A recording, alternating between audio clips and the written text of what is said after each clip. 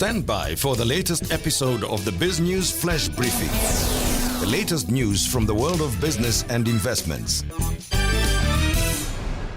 The two biggest unions representing workers at Eskom are seeking 15% wage increases. The National Union of Mineworkers of South Africa and the National Union of Mineworkers have tabled their demands, with pay talks set to resume on May the 4th, says an Eskom spokesperson. South Africa's consumer inflation rate is at a much lower 3%. Eskom has been struggling to meet electricity demand because of breakdowns at old and poorly maintained plants and is not generating enough cash to fund its operations or service its debt of about 465 billion rand.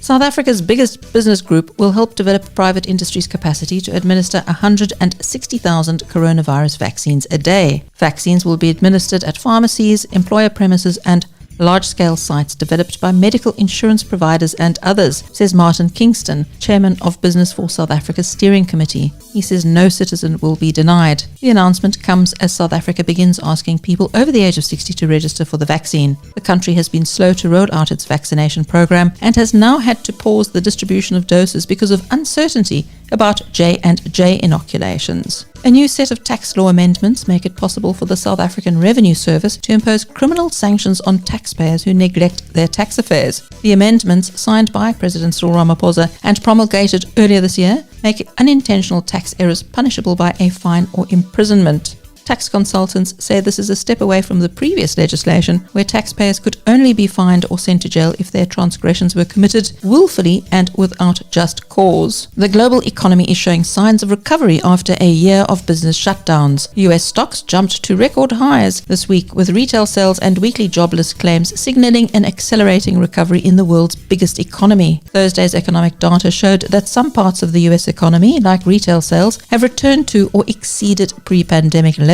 Applications for unemployment benefits, while still high, hit their lowest point in 13 months. Jamie Dimon, the CEO of JP Morgan Chase & Co., says he's optimistic the pandemic will end with a US economic rebound that could last at least 2 years.